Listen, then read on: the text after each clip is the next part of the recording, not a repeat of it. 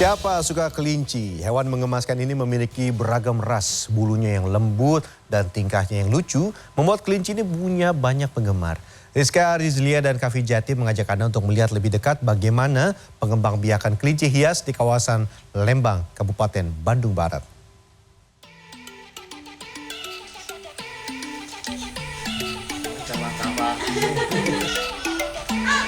Kilo, wah lucu tapi nih gemes. Lucu banget ya. Dipegang aja pak. Nih lompat-lompat. Hai.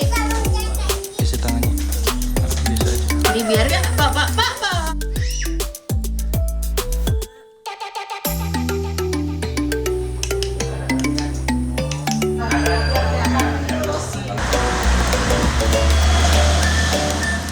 Kawasan Lembang, Kabupaten Bandung Barat tak hanya memiliki pemandangan alam yang asri. Hawanya yang sejuk menjadikan Lembang tempat ideal untuk mengembangbiakan hewan berbulu lembut, kelinci. Terdapat sejumlah pusat pengembangbiakan kelinci dari berbagai ras. Di sepanjang Jalan Raya Lembang, berderet kios-kios menawarkan aneka kelinci hias, mulai dari anakan hingga indukan. Harganya pun bervariasi mulai dari Rp50.000. Nah, kelinci anakan dengan berat kurang dari 500 gram ini rata-rata baru berusia 21 hari.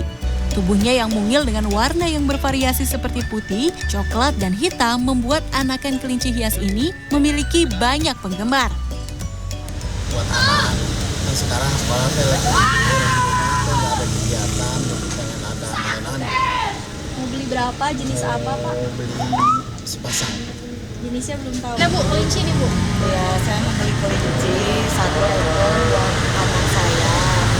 Dia hanya kelinci yang lokal aja.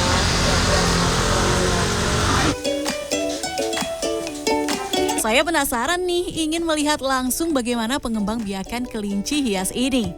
Saya pun menuju ke salah satu tempat pengembangbiakan kelinci hias yang sudah ada sejak tahun 1990, yaitu Asep Rabbit Project di Gudang Kahuripan Lembang. Selamat datang di peternakan kelinci di Lembang, Kabupaten Bandung Barat. Mau tahu seperti apa kelinci yang gemes-gemes dari ukuran 1 kilo sampai yang besar ukuran 9 kg? Ikuti saya dalam segmen Sehari Menjadi Peternak Kelinci. Terdapat lebih dari 100 ekor kelinci yang dikembangbiakan di sini. Mulai dari kelinci lokal, kelinci impor, dan kelinci hasil persilangan. Kelinci-kelinci ini benar-benar lucu dan menggemaskan. Saya pun tak henti mengelus bulu lembutnya. Namun saya diperingatkan untuk berhati-hati ketika menggendong kelinci.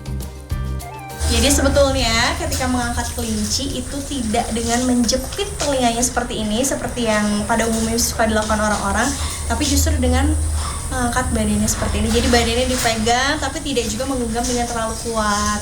Tetap harus hati-hati ya. Yang menarik perhatian saya saat ini adalah kelinci berukuran jumbo jenis Flemish Giant dan German Giant. Nah, salah satu yang jadi primadona nih adalah kelinci giant yang satu ini. Ini beratnya sekitar 6 kilo, tapi ini bisa mencapai 9 sampai 10 kilo ya Pak ya? 9 ya? 9 kilo, wah lucu tapi ini gemes. Pak, dia udah... Awalnya, kelinci jenis jumbo ini hanya dikembangbiakan untuk diambil dagingnya, namun seiring berjalannya waktu, ras kelinci yang satu ini diminati sebagai hewan peliharaan. Harga kelinci giant terbilang fantastis. Anakan yang baru berusia 3 bulan dibanderol Rp3 juta.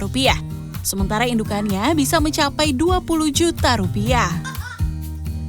karakteristiknya nih, gimana nih Pak? Ini agresif apa gimana nih? Kalau tipe besar sebetulnya dia pendiam ya. Diam dibanding tipe-tipe drop mini itu dia kelinci loncat kan itu. Yang lebih lincah gitu Itu lebih ya lincah, Pak? kalau ini enggak. Mungkin ini karena badannya besar ya. Ini kan 9 kilo loh. Ih, gemes sekali. Kalau tadi saya bermain-main dengan kelinci jumbo, sekarang saya mengajak Anda untuk mengenal kelinci mungil jenis Nederland Dwarf. Seperti namanya, Dwarf atau kerdil, kelinci asal Belanda ini memiliki tubuh yang kecil. Bobot maksimalnya hanya 1 kilogram saja. Lucu banget ya. Kelinci Nederland Dwarf dapat dikenali dari telinganya yang kecil. Meski bertubuh kecil, kelinci jenis ini lebih aktif dari kelinci lainnya. Dipegang aja, Pak. Bukan hanya 2 jenis saja ya, di sini masih ada 9 jenis atau ras kelinci lainnya. Nah, untuk merawat ragam jenis kelinci ini diperlukan ketelitian dan ketekunan. Kebersihan kandang-kandang kelinci harus diperhatikan.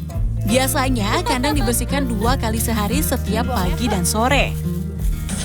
Nah, jadi ini biasanya Pak, kotoran kelinci ini dimanfaatkan apa gimana? Biasanya petani ya, diambil sama petani.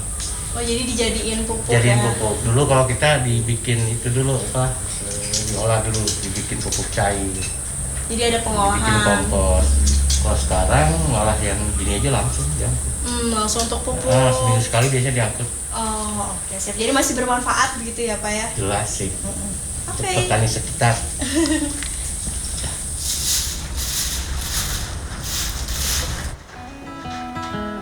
Setelah itu, kandang disemprot disinfektan khusus hewan agar terhindar dari bakteri sehingga kesehatan kelinci dapat terjaga. Namun, peternak tetap perlu mewaspadai sejumlah penyakit yang biasa menyerang kelinci seperti skabies. Skabies merupakan penyakit yang disebabkan oleh parasit yang menempel di kulit. Tindakan pengobatan yang dilakukan adalah dengan menyuntikkan ivermectin. Ini lompat-lompat.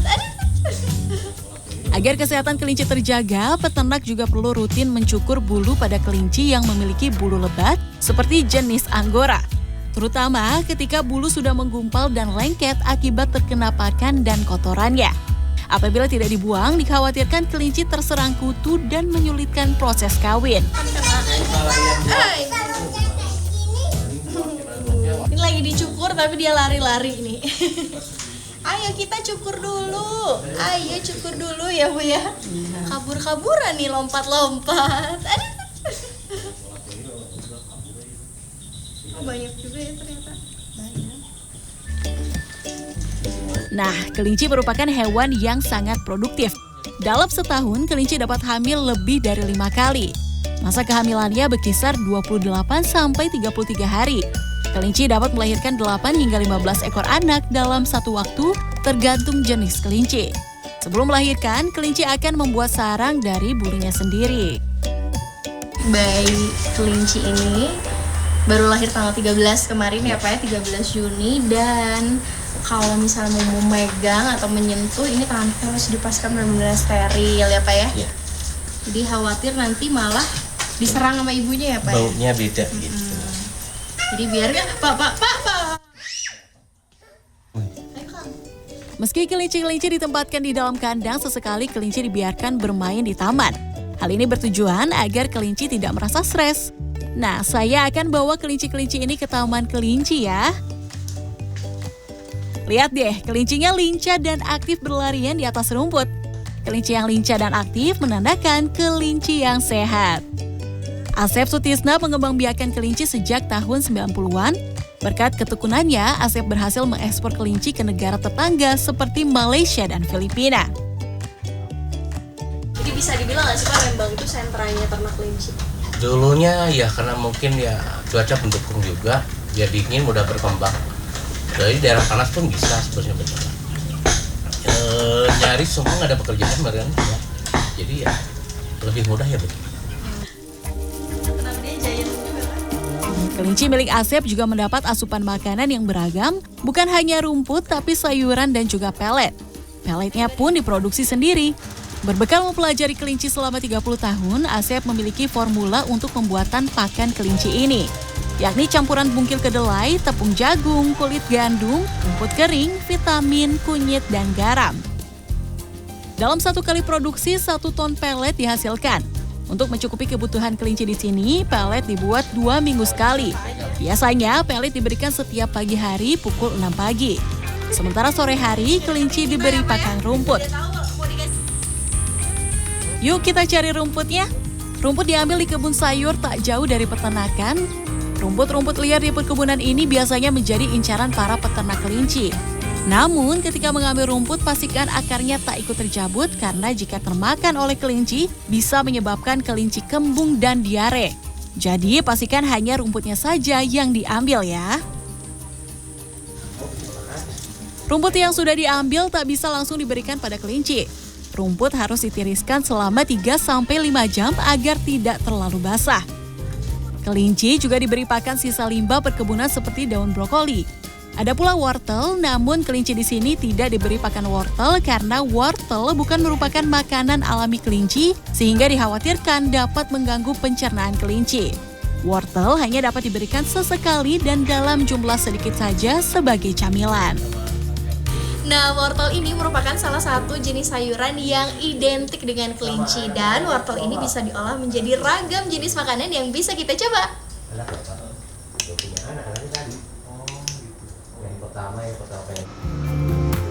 Wortel dapat diolah menjadi beragam hidangan seperti tumisan dan sup. Namun ternyata wortel juga dapat digunakan untuk membuat bolu loh. Yuk kita intip proses pembuatannya. Pertama-tama siapkan wortel segar yang sudah diparut. Kemudian tepung terigu, telur, gula, dan tambahan lainnya untuk memperkaya rasa seperti kismis, bubuk kayu manis, dan kacang tanah. Campurkan bahan satu persatu, kemudian aduk hingga rata. Ini aku penasaran karena kan wortel itu kan sayuran ya, tapi ini bisa dijadiin cake itu gimana sih chef? Ada trik atau gimana gitu biar bisa jadi cake makanan manis gitu? Kalau kita di sini pakai bahan-bahan lain buat supaya rasanya biar itu kita pakai yang pertama cinnamon powder tadi, terus pakai yang lain sama ditambah kismis sama kacang bubuknya tadi, jadi rasa wortelnya juga nggak terlalu kuat. Jadi dia balance ya. Jadi langsung aja masukin chef. Masukin. Masukin. Ini langsung semuanya aja.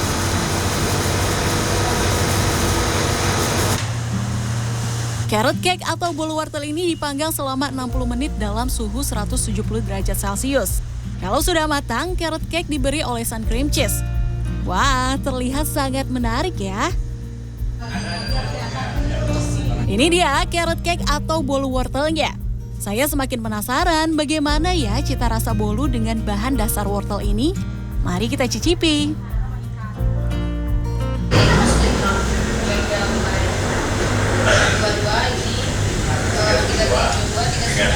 Carrot cake atau bolu wortel ini memang berbeda ya dari bolu pada umumnya yang biasanya teksturnya lembut. Karena ada parutan wortel dan juga ada taburan kacang tanah yang sedikit menambah variasi tekstur di bolu wortel ini. Ditambah lagi meskipun tadi ada taburan kayu manis, tapi aroma wortel masih cukup terasa ketika saya menyantapnya. Rizka Rizlia, Cafe Jati, Bandung, Jawa Barat.